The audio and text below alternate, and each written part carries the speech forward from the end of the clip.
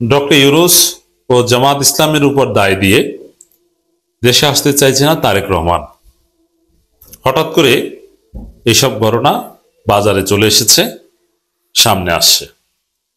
এতদিন বিএনপি জনগণের সাথে প্রতারণা করেছে, জনগণকে ভুল বুঝিয়েছে, সঠিক তথ্য গোপন রেখেছে, জনগণকে এবং বিএনপির আবেগী নেতাকর্মীদের ধোঁকা দিয়েছে। এতদিন বিএনপি বলে আসছে এই যে তারেক রহমান আসবেন, রোজার পর আসবেন, ঈদের পর আসবেন, আম্মা লন্ডনে চিকিৎসা করাতে গেলে তার সাথে আসবেন, বাড়িধারায় বাড়ি রেডি, গুলশান 2 রেডি, ডুপ্লেক্স বাড়ি রেডি, 3 তলা বাড়ি রেডি, 8 তলা বাড়ি রেডি, রং করা হয়েছে। এরপরে ঈদ গেল, ঈদের পর কোরবানির পর আসবেন, জুনে আসবেন, 5 আগস্ট বাংলাদেশে এসে পালন করবেন, সেপ্টেম্বরে আসবেন, অগস্টের শেষে আসবেন, অক্টোবরের শেষ আসবেন, নভেম্বরের শেষ সপ্তাহে আসবেনই, যেহেতু ডিসেম্বরে তফসিল। কিন্তু না, তারেক রহমান আসছেন না, তারেক রহমান আসবেন না। এখন কেন আসবেন না? এতদিন তো প্রতারণা করেছে। প্রথমে যখন মামলা ছিল তখন তো বলেছিল যে মামলা আছে, এখন তো আর মামলা নেই, মামলা গেছে, কিন্তু তারপরে প্রতারণা করেছে যে আসবেন। আসলে বাস্তব কথা, মানে বিএনপির কথা, এটা সত্য মিথ্যা সেটা বিশ্লেষণ আমার এই আলোচনার মুখ্য বিষয় নয়। এখানে বিষয় হচ্ছে বিএনপির কথা। বিএনপি এতদিন যেটা বলতো আসবেন, ওটা ছিল প্রতারণা, ওটা ছিল ভুয়া। তাদের বিশ্বাস বা তাদের কাছে তথ্য হচ্ছে যে আসার সুযোগই নেই, বাধা আছে। তাহলে এতদিন যে আসবেন বলছেন, ওটা ছিল ভুয়া। বাস্তবে কি, যে আসার সুযোগ নাই, বাধা আছে। কি বাধা? 2টা বক্তব্য সামনে এসেছে। বিএনপির একজন টকশোবিদ, বিএনপির ওয়ান অব দি মুখপাত্র, স্পোক্স পারসনস, যারা টেলিভিশন নিয়মিত বিএনপির হয়ে কথা বলেন, নীলুফার চৌধুরী মনি, তিনি বলেছেন মায়ের দিকে তাকিয়ে তারেক রহমানের দেশে ফেরার ব্যারিকেড তুলে নিন। এই বক্তব্য থেকে দিবালোচনে স্পষ্ট, তারেক রহমানের দেশে ফেরার সুযোগ নেই, ব্যারিকেড আছে, বাধা আছে, রেস্ট্রিকশন আছে, রাইট? কিন্তু এতদিন কিন্তু বিএনপি সেটা বলেনি। এতদিন বলে আছে যে আসবেন, সব রেডি, আসবেন, যে কোনো সময় আসবেন, কোনো সমস্যা নেই, শীঘ্রই আপনাদের সাথে দেখা হবে। বিবিসি বাংলার সাথে সাক্ষাৎকারও তারেক রহমানের কথা বলেছে। তাহলে দর্শক, এখানে বাধার কথা এতদিন বিএনপি বলেনি, এই প্রথম স্পষ্ট করে বলছে তারেক রহমান দেশে আসতে ব্যারিকেড আছে। তাহলে কি ব্যারিকেড? শুধু নীলুফার চৌধুরী মনি নয়, তারেক রহমানের অন্যতম বিশ্বস্ত রাজনৈতিক সহযোদ্ধা, ব্যক্তিগতভাবে তারেক রহমান যাকে অত্যন্ত স্নেহ করেন এবং যার সাথে ঘনিষ্ঠ যোগাযোগ, জনাব মুজিবুর রহমান মঞ্জু, তিনিও বলেছেন যে তারেক রহমান দেশে ফিরতে বাধা দূর করেন। এর মানে বাধা, ব্যারিকেড আছে, এটা হচ্ছে বিএনপি এবং তারেক রহমানের লোকজনের ভাষ্য যে বাধা আছে। তাহলে এতদিন মিথ্যা বলেছেন, এটা প্রমাণিত হলো। এটা নিয়ে আলাদা আলোচনা, এই জন্য ক্ষমা চাওয়া উচিত জাতির কাছে যে মিথ্যা কেন বলেছেন। আপনি এতদিন কেন বলেননি? আপনারা বললে তো আমরা সে বাধার সমাধান করে দিতাম, আমরা ভয়েস রেজ করতাম যে তারেক রহমান দেশে ফিরবেন, এটা তার অধিকার, এখনো কেন বাধা থাকবে? তো এখন অবশ্য এটা মজার বিষয়, বাধার কথা বিএনপি বলতে পারবে না, কি বাধা বলবে না, কারণ বললে তো সমাধান হয়ে যাবে। আসলে কোনো বাধা নাই, বাধা হচ্ছে বিএনপি নির্বাচনে পরাজিত হবে। নীলুফার চৌধুরী মনি বলেছেন মায়ের দিকে তাকিয়ে তারেক রহমানের দেশে ফেরার ব্যারিকেড তুলে নেন।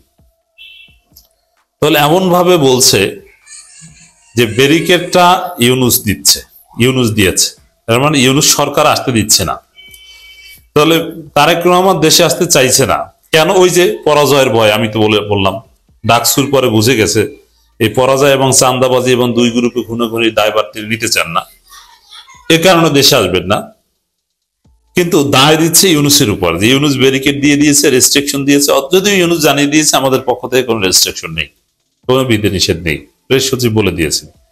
কিন্তু দায়টা দিতে যাচ্ছে তারেক রহমান কম ডক্টর ইউনূসের উপর। আবার বিএনপির কেউ ব্যাখ্যা করছে, এমনকি তারেক রহমানের মেয়ে জাইমার নামেও একটা বক্তব্য ছড়িয়ে পড়েছে, যদি ওটা জাইমার বক্তব্য নয়, জাইমা আমার বন্ধু, আমি জানি যে আইডি থেকে আপনারা জাইমার বক্তব্য পান, ওটা তার আইডি নয়, ওটা ফেক আইডি, ওটা বিএনপির কেউ চালায়, হোয়াটএভার।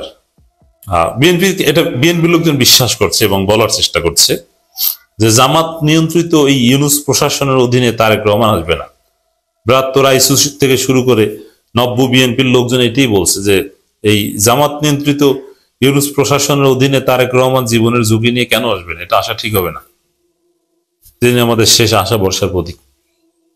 তো তারেক রহমান এই পরাজয়ের গ্লানি নিতে আসবেন না, আবার এই চান্দাবাজি, এই দুই গ্রুপের খুনোখুনি এগুলোর দায়ভার নিতে আসবেন না। তিনি বলতে পারবেন যে না, আমি আসিনি বলে পরাজিত হয়েছে, আমি আসলে তো জিতে যেতাম, এই কারণে আসবেন, এটা হচ্ছে সত্য কথা। আবার এই যে দুই গ্রুপে ডাবল সেঞ্চুরি উইকেট পতন বিএনপির, আবার ভয়ানক চান্দাবাজি, বাংলাদেশের প্রত্যেকটা মানুষ বিশ্বাস করে যে বিএনপি মানে চান্দাবাজ, চান্দাবাজ মানে বিএনপি। তো এই জায়গায় তারেক রহমান দেশে আসলে তো তার দায় নিতে হবে যে কেমন দল চালান, চান্দাবাজ নিয়ন্ত্রণ করতে পারেন না, দলের উপর কর্তৃত্ব নেই।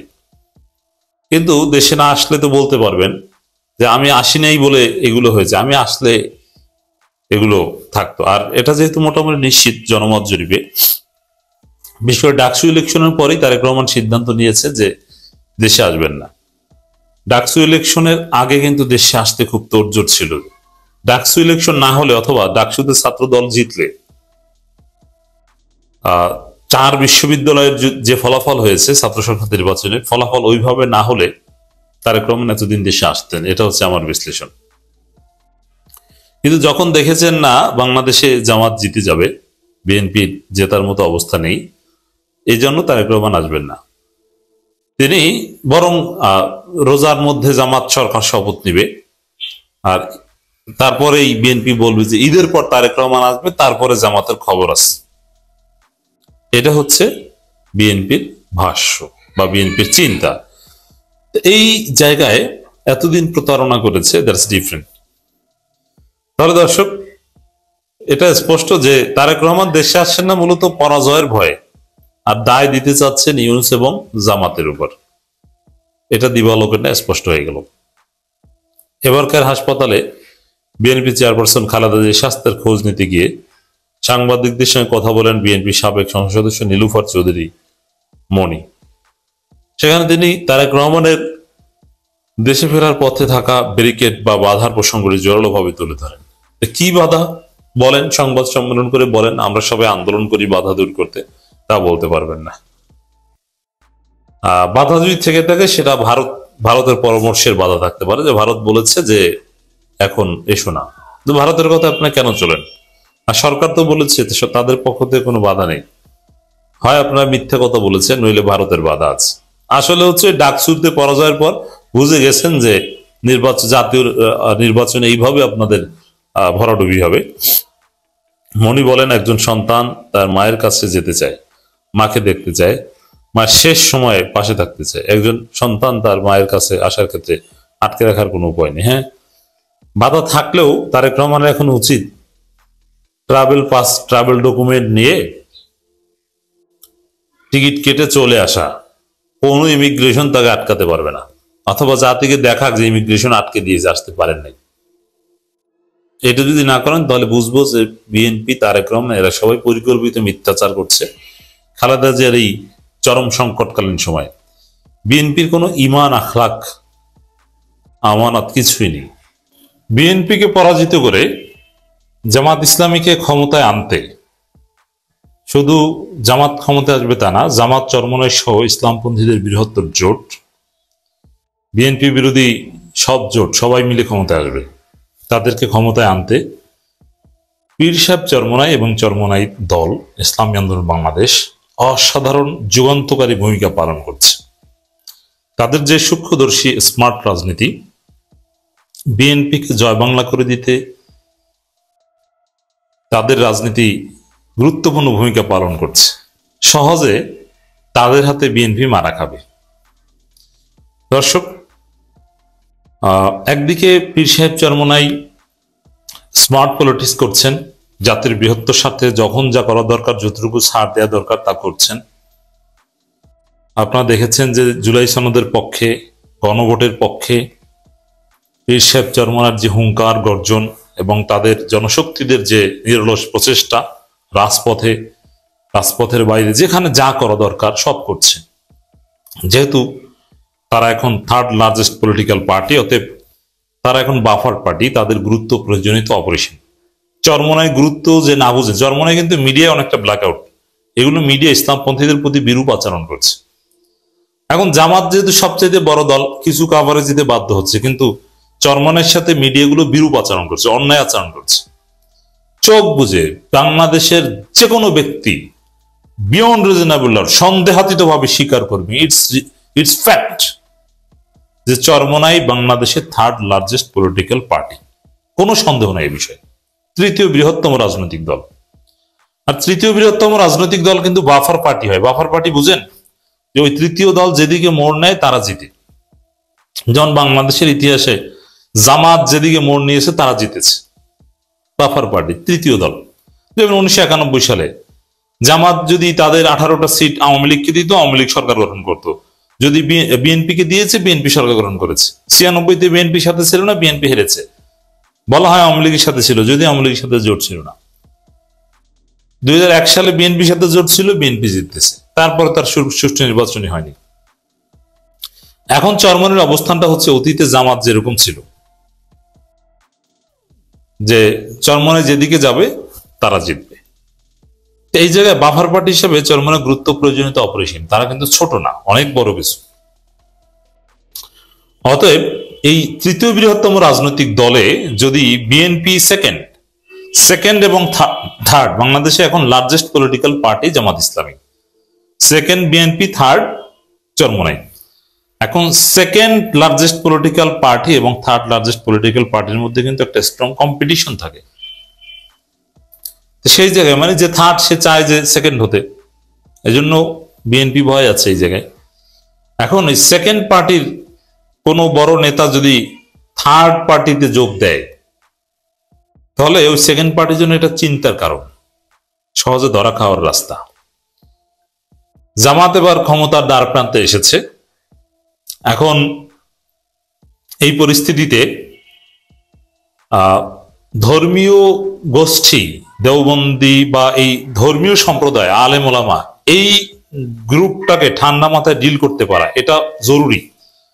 কারণ এটা জামাতের একটা লিমিটেশন ছিল যে পীর, মাশায়েখ, দরবার এগুলোর সাথে জামাতের ওইভাবে ভালো সম্পর্ক ছিল না।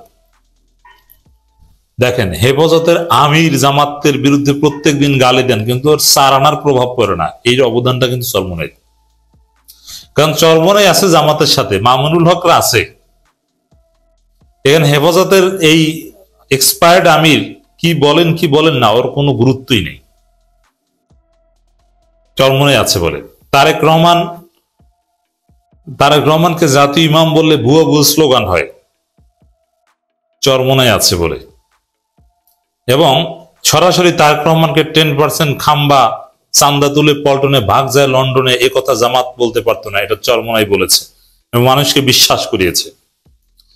বিশেষ করে আলেম ওলামা এবং সাধারণ ইসলামপন্থী, একদম প্রত্যন্ত অঞ্চলের ইমাম, খতিব, মুয়াজ্জিন, এই সবার যে একটা জামাতের প্রতি তীব্র সমর্থন বা জামাত চরমনের প্রতি তীব্র সমর্থন, বিএনপিকে বর্জন করা, এতে অসামান্য অবদান আছে চরমনের, এটা আপনি অস্বীকার করতে পারবেন না। কারণ এখনো বাংলাদেশে জামাতের চাইতে চরমনের ইমাম, মুয়াজ্জিন বেশি, খতিব বেশি।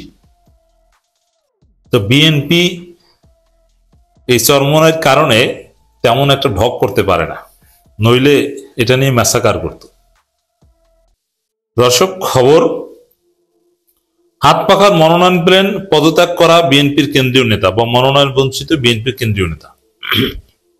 বিএনপির বেশ কয়েকজন সাবেক এমপি চরমনাইতে যোগ দিয়েছে এবং চরমনাই যে স্মার্ট পলিটিক্স করছে, চরমনাই তাদেরকে গ্রহণ করে সাথে সাথে নমিনেশন দিয়ে দিয়েছে। জামাতে এটা কঠিন, যদিও জামাতে এখন এদিকে আসছে। জামাতে রিজিডিটি ছিল যে জামাতে হঠাৎ আজকে যোগ দিয়েই সাথে সাথে 5 মিনিটের মধ্যে নমিনেশন পাবে, এই প্র্যাকটিস জামাতে নাই। যদিও জামাত এবার এরকম করবে, হঠাৎ যেমন আমির হামজাকে নমিনেশন দিয়েছে হঠাৎ, যদিও আমির হামজারও কোন, কিন্তু অন্য দল থেকে এসে সাথে সাথে নমিনেশন পাবে, এটা গণতান্ত্রিক রাজনীতির যে খেলা, এই খেলায় প্রয়োজন রয়েছে, নইলে আপনি জিততে পারবেন না। তো জামাতের আগে কিন্তু চরমনে এটা শুরু করেছে। এই যে চরমনের খেলাটা, বিএনপির সাবেক বেশ কয়েকজন এমপি পটুয়াখালীতে, পিরোজপুরে এবং নমিনেশন বঞ্চিত বিএনপির অনেক নেতা অলরেডি চরমোনাইতে যোগ দিয়ে নমিনেশন পেয়েছে এবং তারা জেতার মতো। তো এটা হচ্ছে চরমোনাই পীর সাহেব আর একটা স্মার্ট পলিটিক্স। এই রাজনীতিটাও বিএনপি কঠিন মারা খাবে। দেখেন, বিএনপির লোকজন দলে দলে চরমোনাইতে যোগ দিবে, আবার সাধারণ মাঠ পর্যায়ের বিএনপি পুরনো ধানের শীষ এরা তো সব দাঁড়িপাল্লা হয়ে গেছে অলরেডি, আর নেতাদের একটা অংশ এনসিপিতে যোগ দিবে। এবং এনসিপি রাজনীতি এইটা যে বিএনপির মনোনয়ন বঞ্চিতরা এনসিপিতে আসবে। তো এনসিপি চরমোনাইয়ের কাছে বিএনপির সেকেন্ড হওয়ার খায় শেষ হয়ে যাবে এবং বিএনপি থার্ড হতে পারে।